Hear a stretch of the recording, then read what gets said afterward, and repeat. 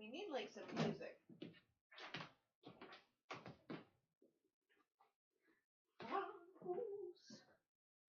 Dolls. The stream will be starting at 8 o'clock. Thank you, folks. I know I need some background music for the Oat Mother. I'm working on it. This is spaceship landing on Earth. Okay.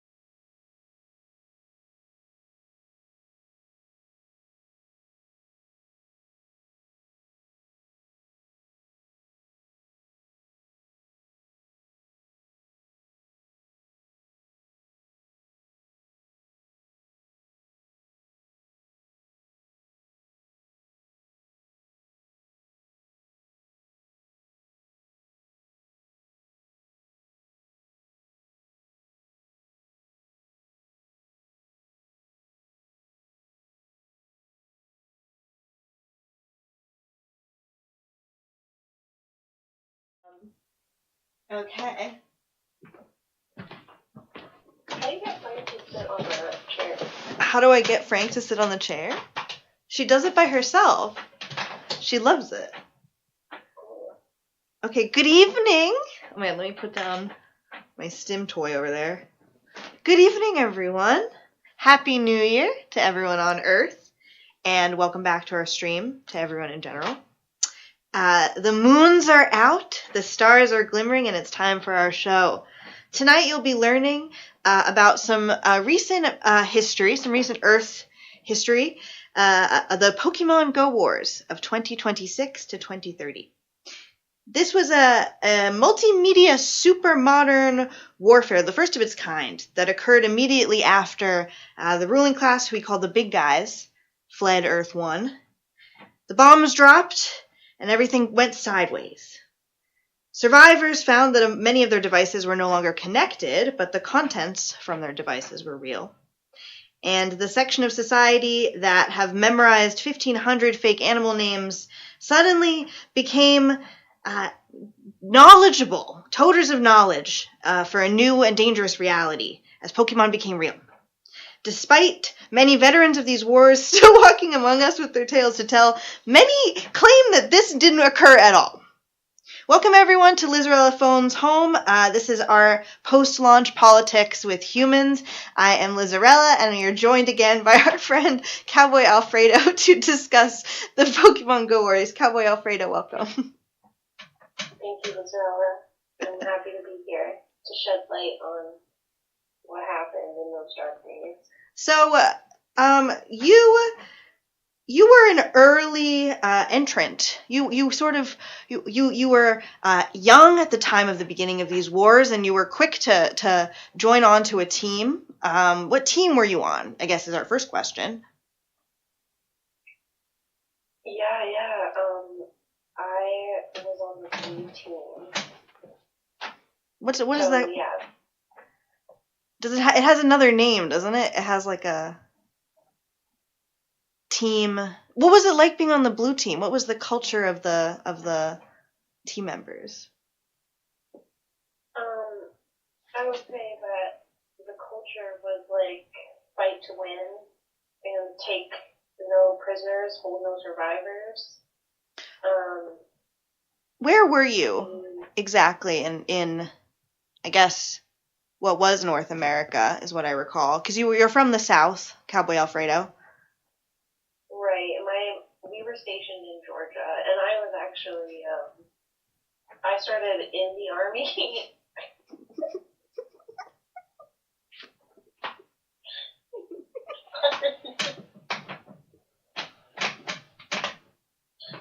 It's okay. No, it was. These are really tough. These were really tough times for everybody. And okay. How about this? You told me you left with a Pikachu heart on your way out of the Pokemon Go war. You were honorably. I guess that makes you honorably discharged, yeah. Which is a Pokemon. That is a Pokemon attack discharge. So, when were you injured? Under what circumstances were you injured? Yeah, that's a great question. So, a little bit about me.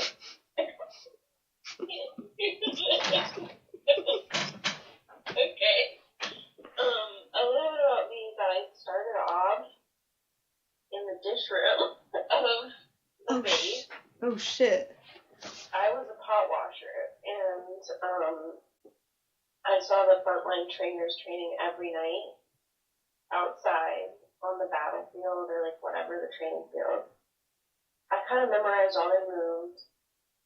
I watched them very closely. All their Pokemon moves.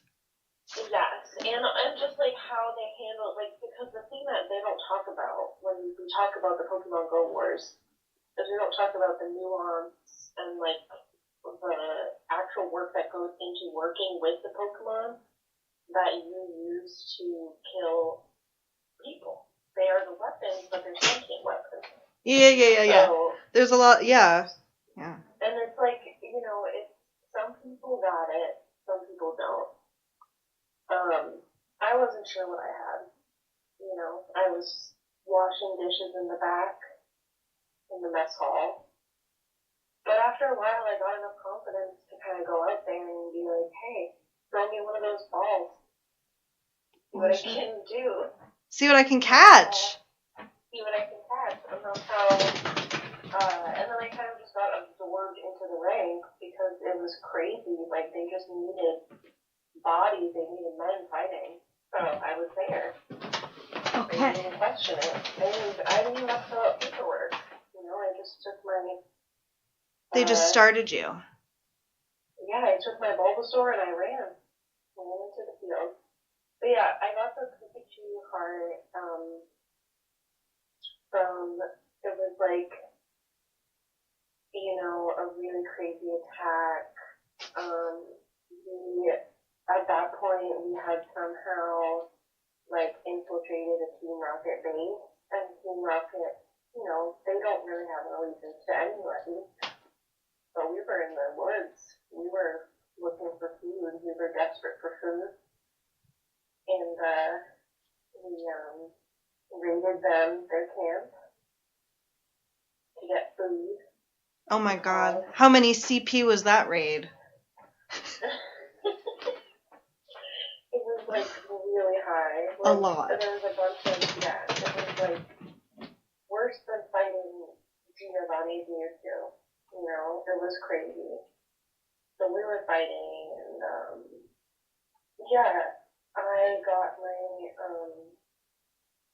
I got my testicles blown off by a Charizard. What the fuck? With a fire? What was the attack by the Charizard? Do you know? It was just a regular old flamethrower, but I was jumping in the air at the time. And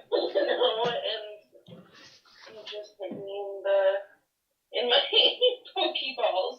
Yeah, okay. I mean, here's a follow-up question to that. Like, has the blue team veterans services taken good care of you after you've had your balls blown off by a because you got your purple heart.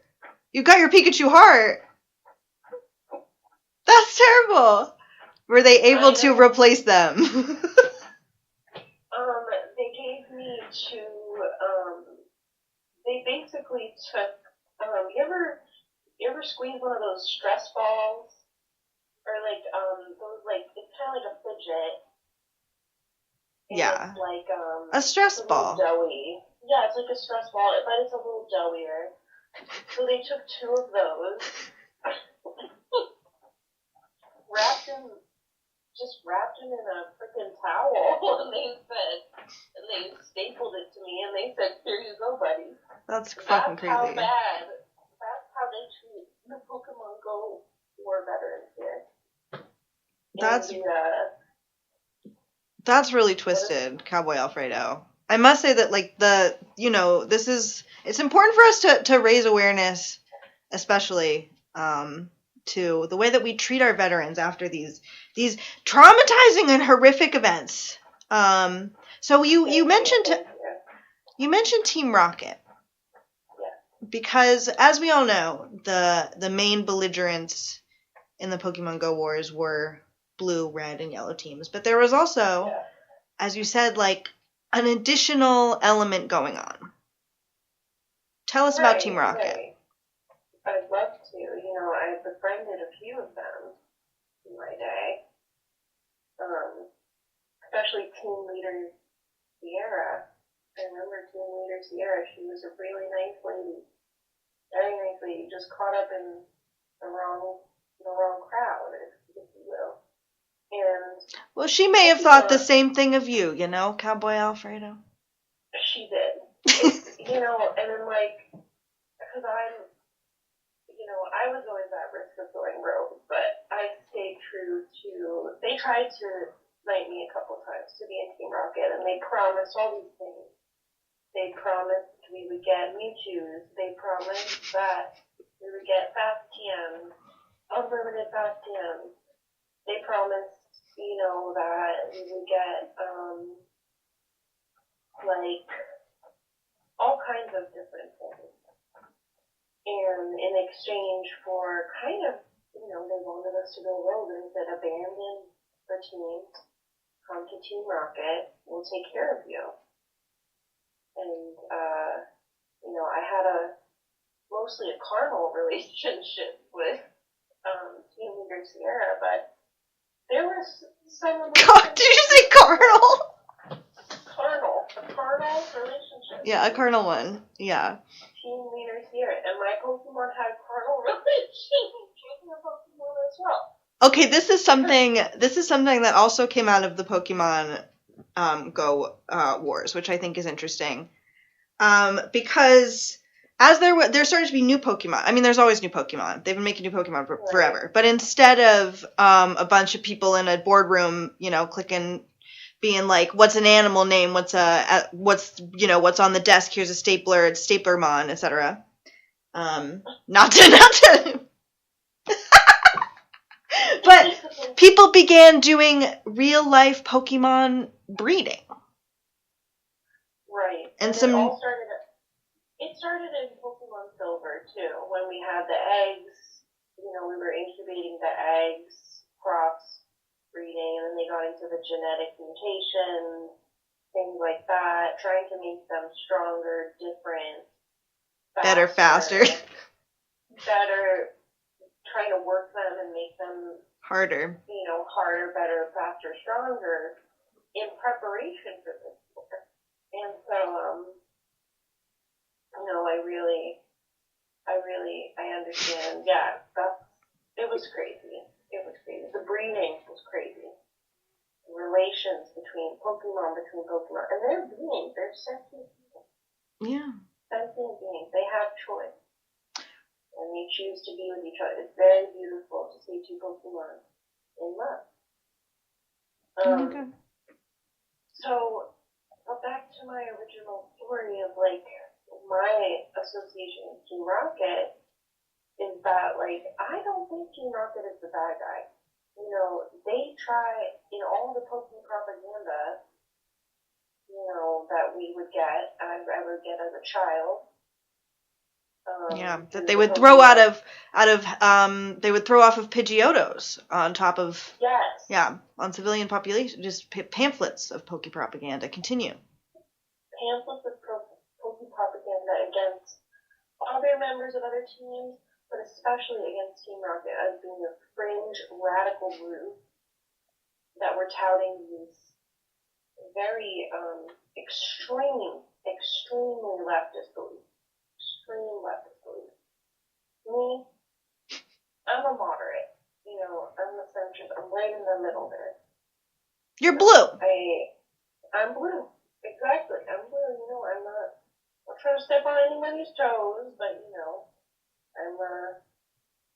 I gotta protect my Bulbasaur when I need to, and so,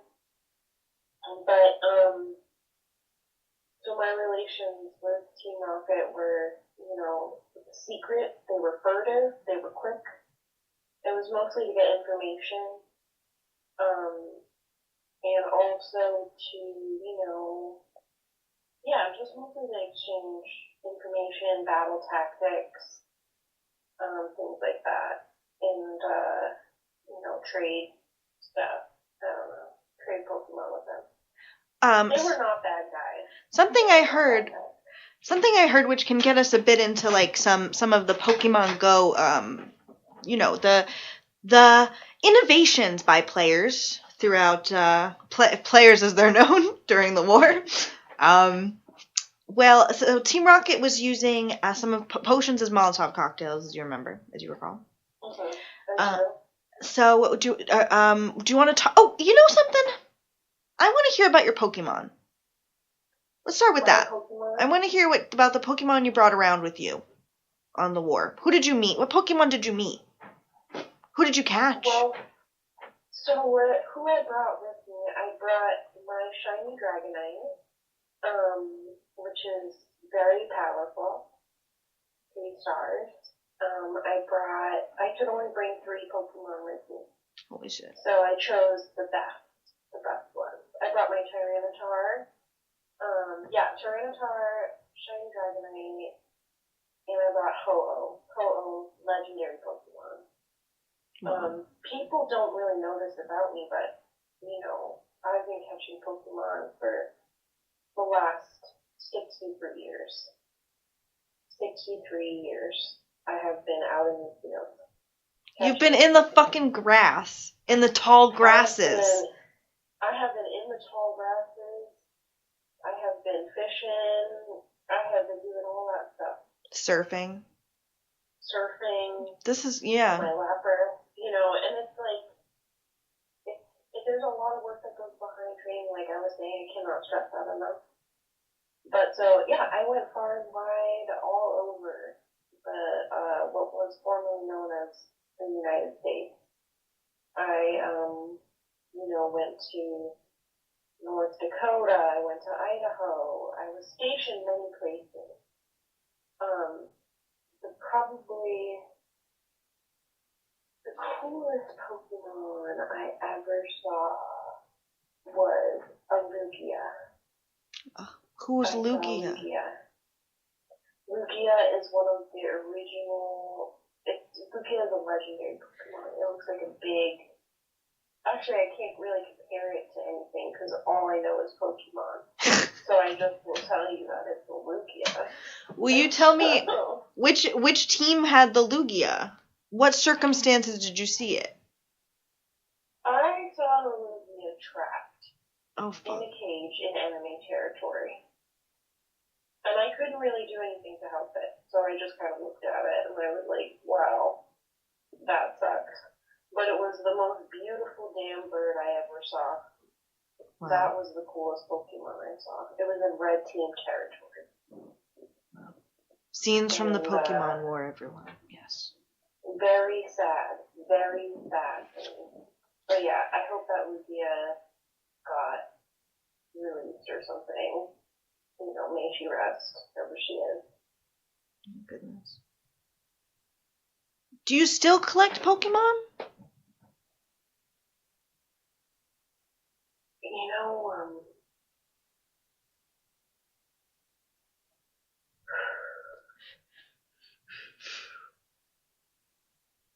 that's a touchy one, Lizarella. That's a touchy one. Yeah, it is, isn't it? You were saying something about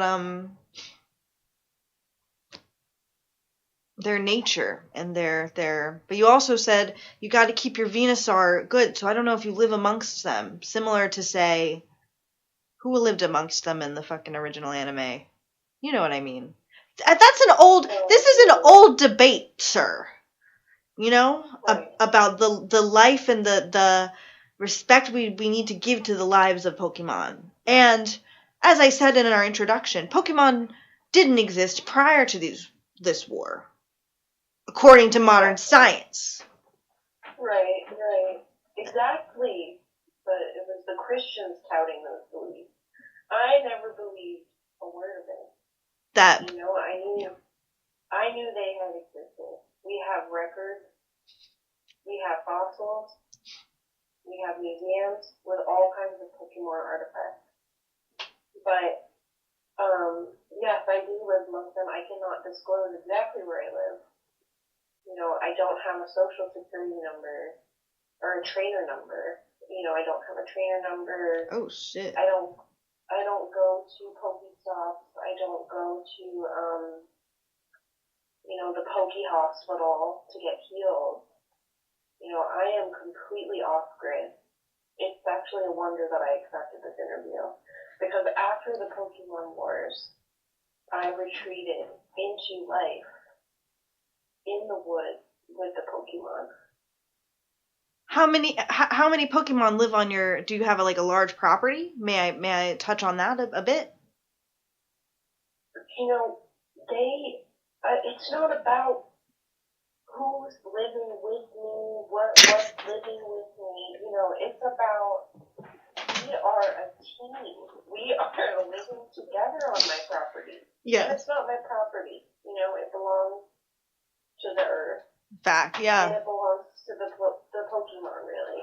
I really wanted to know sort of, here, let me phrase it this way. Who are the Pokemon in your life today who you want to talk about? Are there any Pokemon in your life throughout your life you want to talk about? Throughout the war you want to talk about more? much more respectful reframing. Yeah, you know, I put those little fuckers to work.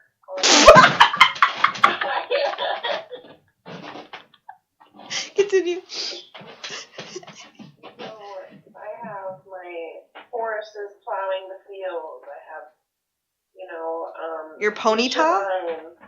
My ponyta is kind of clearing the fields for new soil. You know, Mr. Mime doing woodworking and a little cooking in the kitchen. You know, I'm actually in a relationship. With who? With Gothita. Gothita. Wow. Yes, I'm in a relationship with a couple of Gothitas. This channel is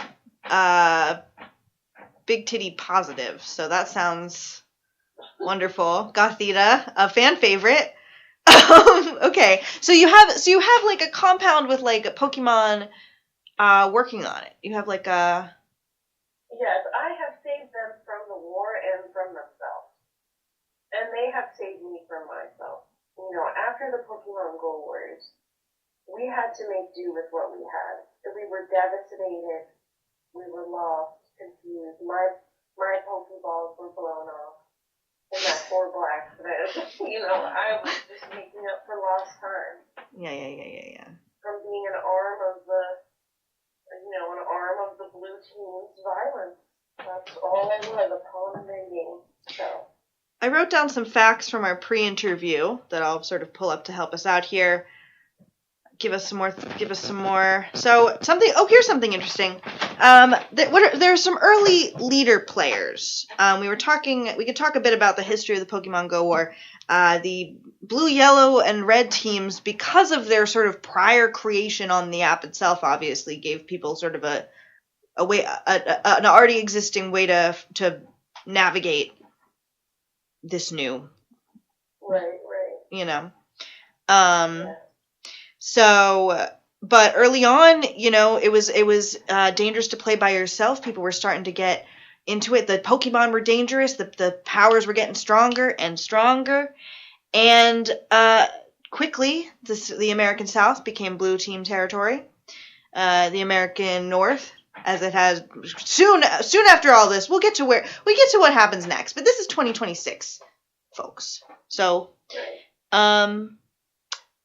the remaining Northrop Graveler Corporation began manufacturing different sorts of Pokemon weapons, as you can see behind us, Pokemon tanks. There was some chemical warfare using smog. You want to tell us about that, sir? Yes, the fumes, very noxious fumes from the smog, the coughing. The ghastlies. The coughings and the wheezings. Yes, and the gases. Coughings, wheezings, and gases. Used against their will for chemical warfare. I was on the field. I inhaled that stench. It smelled like some... What did it smell like? It looks like it would smell delicious. You think so? No, honey. Like purple Fanta. Like rotting eggs. Rotting dead eggs. Holy shit. Wet eggs outside to ferment. That is what that smelled like. It was horrible. It's not anything to joke about. And it felt like tear gas, you know, and it made you confused. Very confused. I could not direct my Pokemon, could not tell them what kind of attacks to do. It was devastating. And I've seen pictures of the canisters that they were loading the Weezings up with, and those were pretty big. That was a lot of smog on these young men. 64 ounces of smog each. 64 ounces a Weezing could carry with it. That's like a Pepsi. Yeah, it is. A big Pepsi. Very dangerous Pepsi. So, do you want to tell us about any of your friends on the blue team? Anyone? There were some famous Pokemon fighters out there. I'm trying to come up with a good pun. I've been trying to come up with a pun for the Red Baron all day. Oh, yeah. There is one. My best pal in the wars. Tiny Pikachu was their name. Tiny Pikachu. Tiny Pikachu? A player like no other. Oh, Jesus. I'm getting so stupid. Tiny Pikachu. Yes, Tiny Pikachu was beside me during all of my hardest battles. And boy could she fight. Boy could she fight. What? Yeah. Exactly. Tiny Pikachu carried me. And we fought together, tooth and nail, against Red and Yellow.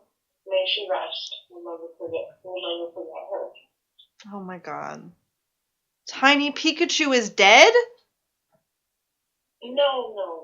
Someone else is dead. She's retired. Okay, good. Did you lose anyone in the Pokemon War? Of course. Of course I did. Did you lose any Pokemon? Wouldn't be a war without a senseless death toll. That's what I always say. We lost Pokemon. We lost trainers. We lost that hot little Pokemon nurse. Oh my god. Did Professor Oak survive? Who's the one in the Go? Oak. Professor Oak did not survive. Yassified Professor Oak was a casualty of the Pokemon War. That sucks. What about Mateo? Mateo survived. He's always been a survivor. He's new, you know. He's got some new skills that he learned when he was in officer school. Mm-hmm. At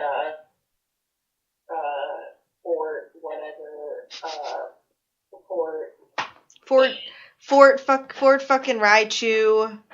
Fort. I've downloaded a list of Pokemon names. Fort Cerulean City or whatever. Yeah. It would be cool if, it would be really, I mean, I don't know if it would be cool, but it would be funny if they had just renamed places all over just Pokemon town names. Lavender City. No, that would have been incredible. But, we're getting back Pokemon right now. Yeah. Hello, Pokemon! We could decide that they did that. We could say Philadelphia was Verulian City. Frick it. It would also be cool if the countries had just crashed together and it didn't even really. But okay. The Pokemon Go Wars. Cowboy Alfredo. I have a Pokemon here with me as well. How did Pokemon interact with living animals, like already existing animals? I mean, there are no animals except Pokemon. Whoa. So all the animals All the animals were Pokemon. And they are themselves animals, just a little more powerful and they know a little bit more. The animals were wiped out. The animals were wiped out. Pokemon took their place. That's crazy. That's crazy! So they were brought down from space. Yeah. They were brought down from space. Space Pokemon. But,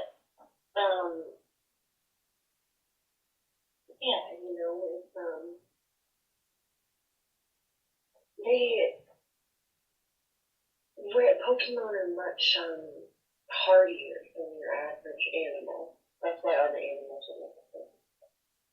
The Pokemon were eating them and stuff like that. Survival of the fittest, I guess. It really was. Alright, it looks like my Zoom meeting is gonna end. Really? Yeah, so should I restart it? Do you have more to say? Should we keep going? I think we covered a lot. We did. Yeah, I feel experience was well represented. That makes me happy, my friend. Thank you so much for being honest and for giving us everything you have. Thank you for your service, sir, as well. I wanna be the very best.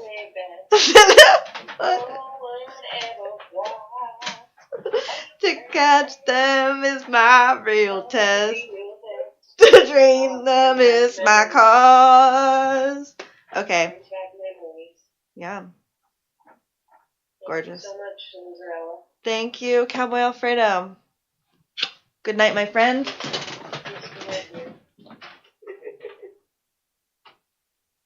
Okay. Folks.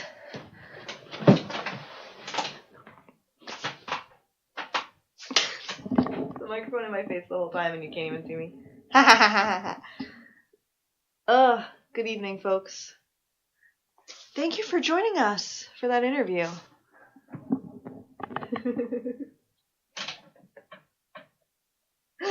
I'm terrible at monitoring my own camera. That was sick. There's Frank.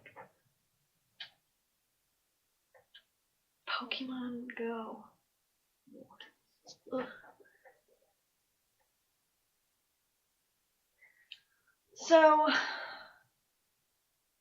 I want to be back on Wednesday. I may have some pre-filmed stuff.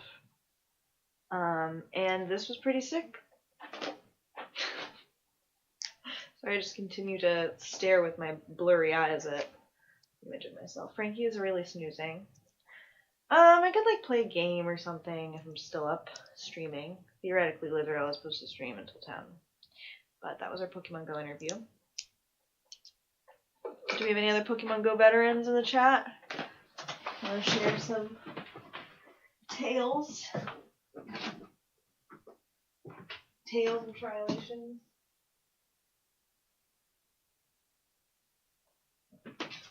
To dream is my home. I will travel across the land, searching far and wide. Meant to understand the power that's inside. I can catch you into energy.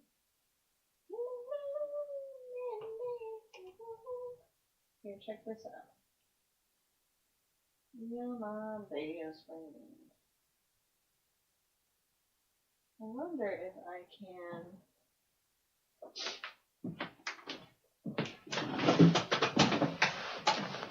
play a game this way.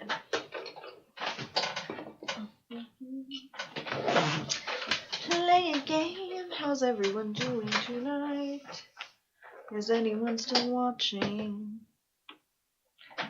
This is the backgrounds are from my DALL-E credits. I did some Pokemon tanks, some Pokemon. I don't know what that really was. We could play some Pokemon. Oh, you know what? I wanted to read out loud my Pokemon's names. If anyone would like to see. Well, I also had caught something before I closed the app. So as you can see, we are actually pretty committed Pokemon Go players. Okay. GPS signal not that.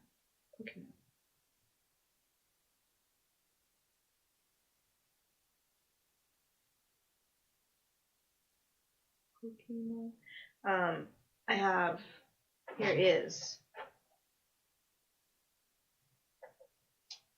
can you see it if I put it in front of Frank? That's a Wigglytuff.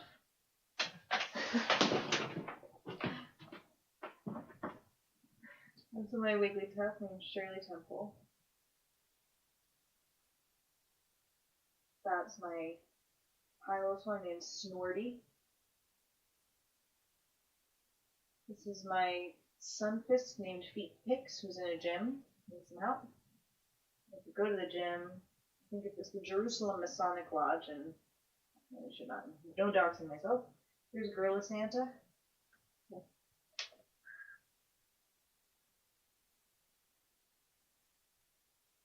Here is Wheezy. That's baby. The there's Wheezy. There's Dory too. Oh, it's cool. The green screens out the gym button. Right. Green sitting on Frank Ward. Named after Frankie. Alanis. Turf Bangs. Gay Ass Bird. Last Unicorn. Brigitte. Old Yeller. Murder Gang. Everybody was kind of scary. That's a bi shark. Sometimes the bi was shark. Here's Dr. Branches. Here's Good Cop. That's the last one I think. Good Cop. And also the first one I named. Okie dokie.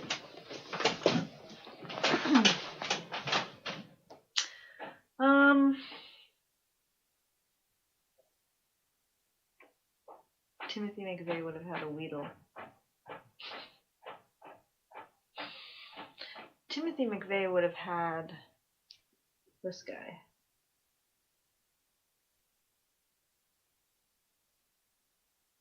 Matang. Or whatever, something Rambo like. Oh, yeah.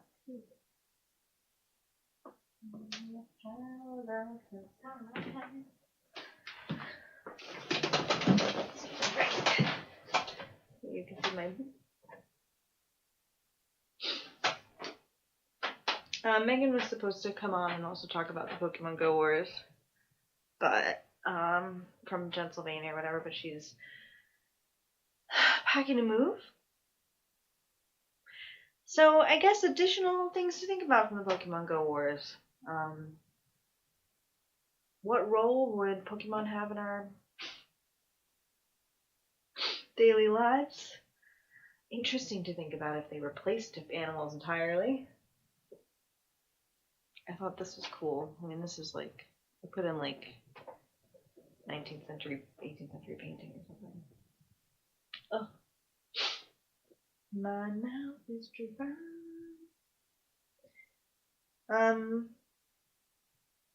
The other thing that I had here was Jesus Loves Pokemon. This is the other thing I wrote down. Alright. That's what I got. This was a really fun episode. Thank you so much to Jeff's Cowboy Alfredo. Thank you so much to Frankie the Tanky. Thank you so much to me. Liz as Lizarella. And I need like a credit roll. I need like a